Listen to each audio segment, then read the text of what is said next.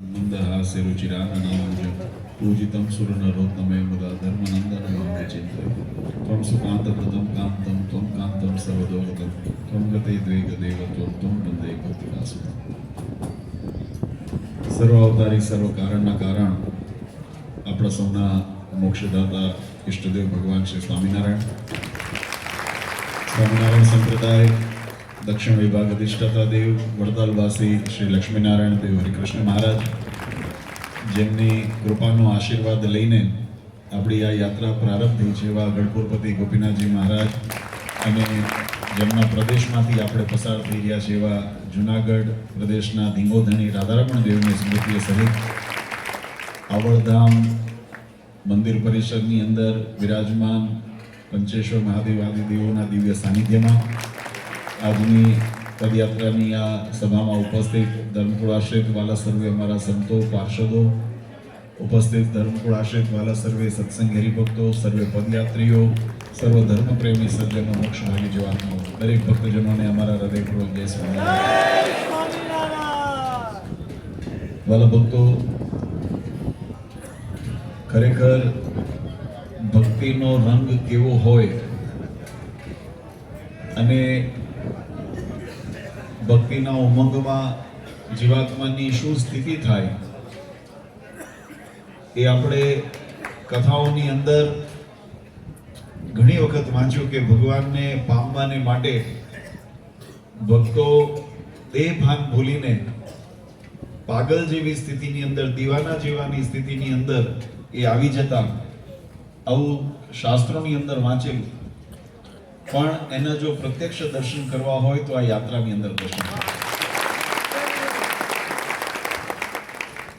એની એક વિશેષતા પણ છે, જેમ સંતોએ પણ કીધું કે આપણી આ યાત્રા એ કેવળ ને કેવળ ભગવાનની પ્રસન્નતા અર્થે, ગોપીનાથજી મહારાજ, હરિકૃષ્ણ મહારાજ, દ્વારકાધીશ ભગવાન આપણા ઉપર રાજી થાય અને આ સત્સંગની ભગવાને જે રીત શીખવી છે એ રીતની અંદર તમે કોઈ પણ શાસ્ત્રને તમે જોશો, શિક્ષાપત્રી હોય, વચનામૃત હોય, સત્સંગી જીવન હોય કે અન્ય ભગવાન સ્વામિનારાયણે જેને માન્ય કર્યા છે એવા વેદાદી શાસ્ત્રોની અંદર પણ તમે જુઓ તો એમાં વ્યવહાર માર્ગનો નિર્દેશ બતાવ્યો છે, કેવી રીતે વ્યવહાર કરવો, કેવી રીતે વર્તન કરવું. પણ હેતુ જો એનો સાર બતાવ્યો હોય ને તો આત્યંતિક કલ્યાણ છે, ભગવાનની પ્રાપ્તિ જીવાત્માને કેમ થાય એનો મુખ્ય ઉદ્દેશ છે. વ્યવહાર માર્ગ ગૌણ કર્યું છે મહારાજે પણ. તમે જો શિક્ષાપત્રીની અંદર આપણને અનેક વ્યવહારિક સૂચનો, આપણને આજ્ઞાઓ કરી છે કે આમ રહેવું, આ રહેવું, ન રહેવું, આ ખાવું, આ ન ખાવું. પણ એની પાછળનો ઉદ્દેશ્ય તમે જુઓ તો એ છે કે જીવાત્મા એમ કે પ્રકારે મન, બુદ્ધિ, અંતઃકરણ, ઇન્દ્રિયો દ્વારા પવિત્ર થઈને એ ભગવાનની ભક્તિની અંદર અગ્રેસર થઈ શકે અને ભગવાનનો ભક્તિ માર્ગ નિર્વિઘ્ન બને. કારણ કે કોઈ પણ દોષ હોય ને સત્સંગમાં, ભક્તિ માર્ગમાં વિઘ્નરૂપ બને છે. પછી આંતરિક અંતરશત્રુ રૂપી દોષ હોય કે બાહ્ય આપણા સ્વભાવ રૂપી દોષ હોય, પણ એની અસર આપણી ભક્તિ, મન વિચલિત હોય. મહારાજ કીધું જ્યારે મન વિભ્રાંતિમાં હોય ને ત્યારે ભગવાનની મૂર્તિની અંદર મન એકાગ્ર નથી થતું.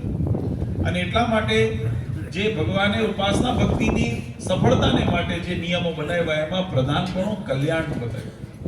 અને એમાં પણ વિશેષ કરીને મહારાજ એક વખત ગઢપુરની અંદર સભા કરીને બેઠા હતા અને મહારાજે બધા ભક્તો ઉપર કૃપા દ્રષ્ટિ કરીને બહુ સુંદર એક સનાતન ધર્મની વાત કરી. આપણા ભાગવત આદિ ગ્રંથોની અંદર એવું વર્ણન આવે છે, ભગવાન સ્વામિનારાયણે વચનામૃતની અંદર પણ આ વાત લખી. મહારાજ કે ભગવાનનો ભક્ત હોય એ 4 પ્રકારની મુક્તિને નથી ઈચ્છતો. આવું શ્રીમદ ભાગવત આદિ ગ્રંથોની અંદર શાસ્ત્રકારો, ભગવાન વેદવ્યાસજી એમાં નિરૂપણ કરેલું છે. તો પહેલા મહારાજે પ્રશ્ન પૂછ્યો, 4 પ્રકારની મુક્તિ કઈ?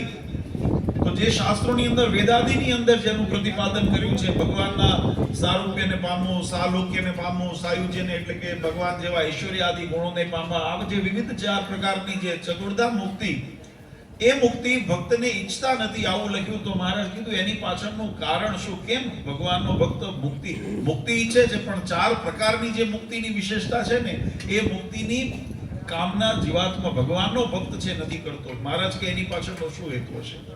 ત્યારે ભક્તોએ એનો ઉત્તર કરવા પ્રયત્ન કર્યો. પછી શ્રીજી મહારાજ સ્વયં એની અંદર ભગવાન એમ કીધું કે એની પાછળનું કારણ તો એ છે કે જ્યારે જીવાત્મા જો 4 પ્રકારની મુક્તિ એટલે કે કોઈ પણ વિશેષ પ્રયોજને કરીને ભગવાનનું ભજન કરતો હોય તો એની પાછળ એ સકામ ભક્તિ થઈ. તમે આજે તમારા ધંધાના રોજગારના સફળતા માટે, પુત્ર પરિવારના સ્વાસ્થ્યના કામના માટે, જીવનમાં સુખિયા થવાને માટે અને તમે તમારા કોઈ મનોરથને પૂર્ણ કરવા માટે જ્યારે ભક્તિ કરો તો શાસ્ત્રકારોએ કીધું એ સકામ ભક્તિ છે. અને સકામ ભક્તિની અંદર ક્યાંક ને ક્યાંક 2 પ્રકારના દોષ રહેલા છે. આ વચનામૃત આદિ ગ્રંથોમાં મહારાજે અલગ અલગ જગ્યાએ સ્થાનોએ પણ આ વાત આપણને સમજાવી છે. મહારાજ કે સકામ ભક્તિનો શાસ્ત્ર ગૌણપણું કેમ બતાવ્યું, નિષ્કામ ભક્તિ મહારાજ કે કેમ શ્રેષ્ઠ બતાવી, ત્યારે એની પાછળનો ઉદ્દેશ બતાવ્યો કે જ્યારે જીવાત્મા કોઈ સકામ ભક્તિ કરે છે ત્યારે જ્યાં સુધી એ કામનાની પરિપૂર્ણતા થાય એટલે કે પરિપૂર્ણતા તરફ એને સફળતા મળતી હોય ત્યાં સુધી તો ભગવાનનો નિશ્ચય ને આશ્રય રહે, ભગવાનમાં શ્રદ્ધા રહે. પણ કંઈક જો મનનું ધાર્યું ન થયું ને એટલે તરત ભગવાનમાંથી મન પાછું પડે. આ એક બહુ મોટામાં મોટો દોષ છે. બીજું કે એનું લક્ષ્ય જે છે પોતાની કામના તરફ વધારે છે, કરે છે ભક્તિ પણ એનું ધ્યાન ક્યાં છે, એનો વિચાર ક્યાં કેન્દ્રિત છે, મારું આ કામ થયું, મારું આ કામ થયું, મારું આ કામ થયું, મારું આ કામ થયું. એનું ધ્યેય જે એનું લક્ષ્ય છે એ ભગવાનના સ્વરૂપની અંદર નથી, એ વિષયની અંદર રહેલું છે. અને એ દોષે કરીને ભગવાનને વિષયની એ ભગવાનની મૂર્તિનું ભજન કરતા છતાં પણ એ પરિપૂર્ણ જે ભગવાનનું સુખ છે, આનંદ છે, એ સચ્ચિદાનંદ પરમાત્માનું જે સ્વરૂપ એને પામી શકતો નથી, એની અનુભૂતિ કરી શકતો. એટલે મહારાજ કીધું ભગવાનનો ભક્ત મુક્તિ તો ઈચ્છે, ભગવાનના ધામની પ્રાપ્તિ, પણ કેવી મુક્તિ ઈચ્છે કે જેમાં ભગવાનની સેવાનો યોગ હોય. સેવા મુક્તિશ્ય ગમ્યતામ શિક્ષાપત્રીની અંદર કીધું સેવા એ ભગવાનની ભક્તિનો એક પ્રકાર છે.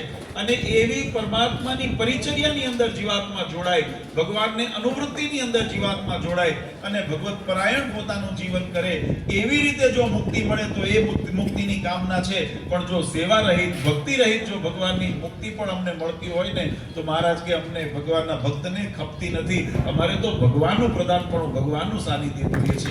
એ આપણા સત્સંગની સનાતન ધર્મની વિશેષતા છે. અને આપણે એવું નથી કે સ્વામિનારાયણ સંપ્રદાયનો સનાતન ધર્મનો સિદ્ધાંત છે. ભાગવત આદિ પુરાણોની અંદર આ લખેલું છે. ભગવાન સ્વામિનારાયણે પણ વાત સ્વીકારી કે અહીંયા જો સ્વામી સેવક ભાવ રહેશે, આ દ્રઢતા એટલા માટે વાલા ભક્તો કરવી છે કે અહીંયા આપણો સેવક ભાવ જો થશે, અહીંયા દાસ ભાવ થશે, અહીંયા ભક્ત ભાવ થશે તો ભગવાનના ધામની અંદર એ ભક્ત ભાવ રહેશે, સેવક ભાવ રહેશે, દાસ ભાવ રહેશે. જો અહીંયા આપણે એને પરિપક્વ નહીં કરીએ, કાચા જશું ને તો ત્યાં આપણે નભી શકશું નહીં. અને ક્યાંક જો ભગવાનની મૂર્તિમાંથી વૃત્તિ ક્ષણી માત્ર પણ જો લગીને તો માયા વળી પાછી ખેંચીને આપણને આ ભવસાગરમાં પાછા લાવી નાખશે. એટલા માટે એને દ્રઢ કરવાની જરૂર છે. અને આ યાત્રા જે છે ને, આપણો સત્સંગ, આમ તો કથા વાર્તા, સત્સંગ, કીર્તન, ઉત્સવ, સમયા, એની પાછળનો હેતુ મહારાજ કે એટલા માટે છે કે આપણી એ સ્થિતિને આપણે દ્રઢ કરીએ. પદયાત્રાનો મહિમા શાસ્ત્રોમાં ઘણો બતાવ્યો છે. કારણ કે અમે ઘણી વખત કહીએ છીએ ઘણું કામ એવું છે કે જ્યાં માત્ર શરીર જોડાય, ઘણું કામ એવું છે કે જ્યાં માત્ર મન જોડાય. શરીર બેઠું હોય પણ મનથી આપણે ઘણી બધી કલ્પનાઓ કરી લેતા હોઈએ, વિદેશ ફરી આવતા હોઈએ, કંઈક મોજ શોખ કરી આવતા હોઈએ, બધું મનથી. તો ઘણી કાર્ય એવું છે કે જ્યાં મન જોડાય છે, ઘણું કાર્ય એવું છે કે જ્યાં શરીર જોડાય છે, ઘણું કાર્ય એવું છે કે જ્યાં માત્ર બુદ્ધિ જોડાય છે. બુદ્ધિથી આપણે બધા વિચારો કરી લઈએ. તો ઘણી જગ્યાએ અલગ અલગ કાર્ય માટે અલગ અલગ અંગો આપણા શરીરના અવયવો એની અંદર કાર્યરત થતા હોય. પણ યાત્રા એક એવું યાદ છે ને, આમાં શરીર પણ જોડવું પડે, આમાં મનને પણ જોડવું પડે, બુદ્ધિને પણ જોડવી પડે. કારણ કે વિવેકથી કાર્ય કરવાનું ને, તમારે હાલવું ક્યાં, કેટલું હાલવું, કેટલી ઝડપે હાલવું, કે જ્યારે પણ સેવા કરો, ભગવાનનું ભજન કરો, આ ત્રણેયનો યોગ એની અંદર થાય છે. માટે આપણી આ યાત્રાની અંદર જે આનંદ અને અનુભૂતિ થાય છે ને, કારણ કે આપણે બધાએ સર્વાંગી રીતે આપણે ભગવાનને શરણે થઈને ભગવાનની યાત્રાની અંદર આપણે જોડાણા છે. વિશેષ આનંદ સંતોએ કીધું કે અમને ખરેખર આનંદ છે, કારણ કે આ હેતુ માટે આપણને આ સત્સંગ મળ્યો છે. આ જગતની પ્રવચનો અને જગતના જે છે એની બહુ ખંડન નથી કરતો, જગતના વિષય નહીં. નહીતર ઘણાને એમ થશે કે હવે દ્વારકાથી પાછું ઘરે ન જશું આપણે, પરમ દિવસ પહોંચે પછી પાછું ઘર તરફ જ જવાનું થશે. પણ ઘરે ગયા પછી પણ આપણા હૃદયની અંદર ભગવાનને આપણે સાથે લઈને જવા છે. આ ભાવના આપણે ઘરે જશું, ઘરના વ્યવહારની અંદર જોડાશું, પરિવારના કાર્યની અંદર જોડાશું, તમારા નોકરી ધંધા વ્યવસાયની અંદર પાછા ખેતી પાતીની અંદર આપણે પાછા જોડાશું, એની જરાય ના નથી. પણ એટલું ચોક્કસ રાખજો કે જેમ આ યાત્રાની અંદર આપણે ભગવાનના અખંડ સ્મરણ સાથે, અખંડ સ્મૃતિ સાથે, ભગવાનનું ચિંતન કરતા કરતા જેમ આપણે યાત્રા કરી, એમ ભગવાનને અમારા વ્યવહારની અંદર પણ અમે અખંડ રાખશું અને અમારી સાથે ભગવાનને હૃદયમાં કાયમ રાખશું. આ સ્મરણ કરીને તો આપણી આ યાત્રા સફળ થશે. વિશેષ સમય નથી લેવો, બધા ખૂબ સુંદર રીતે ચાલો છો. અમે ધ્યાન રાખીએ છીએ અને અમારી સૂચનોનું પણ બધા પાલન કરો છો, એ બધા ધન્યવાદ. કારણ કે અહીંયા હાઈવેનો રસ્તા ઉપર ઘણી વખત મેં ગઈકાલે પણ કીધું હતું, માવતર તરીકે અમને વિશેષ ચિંતા એ હોય કે તમે જ્યારે આટલી શ્રદ્ધાથી યાત્રા કરી રહ્યા છો, જો કે અમારા આયોજક સમિતિના તમામ સ્વયંસેવકો, ચાહે રસોડા વિભાગના હોય, રોડ રસ્તા વિભાગના હોય, ઉતારા વિભાગના હોય કે આયોજનના અંદર જેને પણ અમારા છપિયા સ્વામીથી લઈને તમામ બધા નંદલાલભાઈ આદિ ભક્તો આગળ બધા દોડીને જે આ બધું આયોજન કરે છે, ખૂબ સારી સેવા કરે છે. એટલે એક વખત એમને તાળીઓના નાદથી આપણે વધાવીએ. છતાં પણ જેમ અમારે ઘણી વખત મારા ગાડી ચલાવે છે ને, એ મને પૂછે કે આ રસ્તો આમ, મેં કીધું ભલા હું થોડી અહીંયા રહું છું, મને ખબર હોય. જેમ તું અજાણ્યો છે એમ હું અજાણ્યો છું.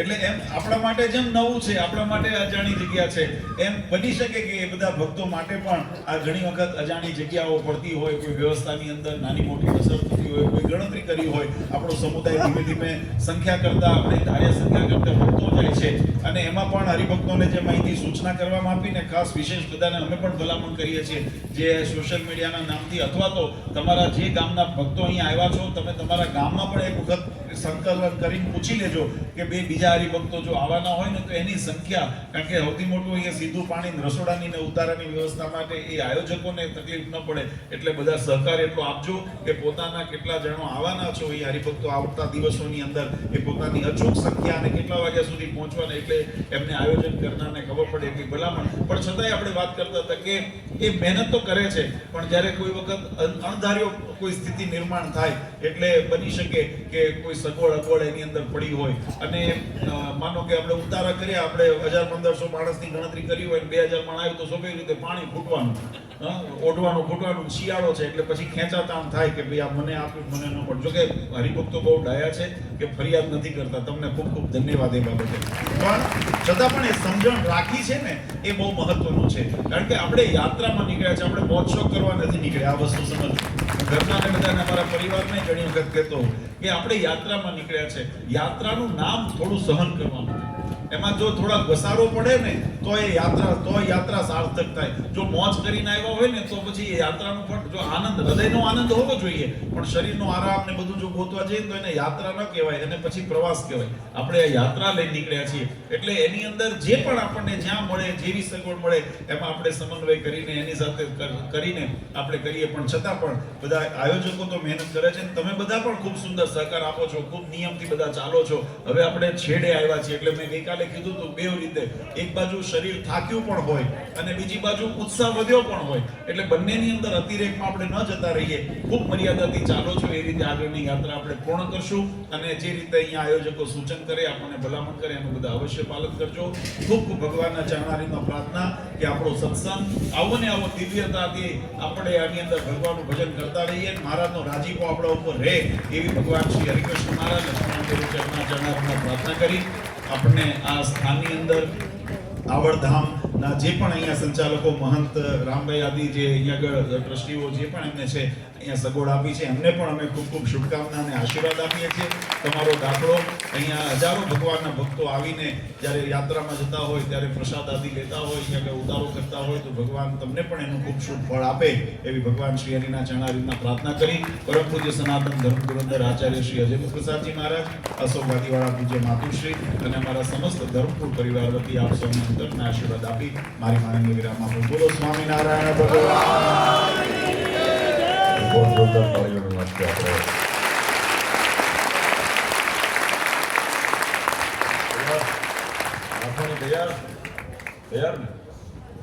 બધા શાંતિથી